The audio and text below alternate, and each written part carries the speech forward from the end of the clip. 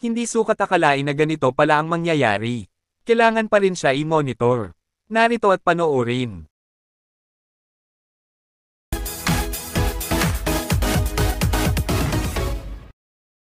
Ilang araw nga bago ang naging magpasikat performance ng Team Ogie, Kim, MC, at Lassie, sa hindi inaasahang pangyayari, ay naaksidente nga ang ating Chinite princess, na si Kim Chu.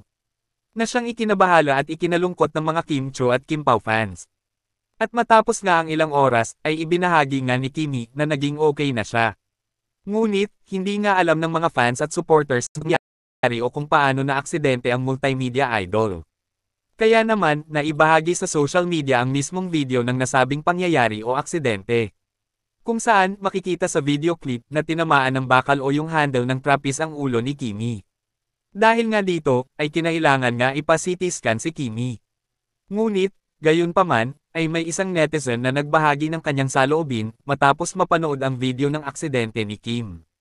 Ayon nga sa kanyang komento na, "I hope all is well. Even she undergo CT scan, still, need to monitor Kim. If ever, after a week or more she feel headache, back to doctor to check up again."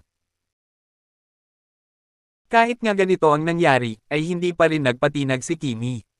Patunay lamang ito na siya ay professional at may qualities ng isang superstar. Ika nga, the show must go on. Kayo, anong masasabi nyo tungkol dito? Just comment down below.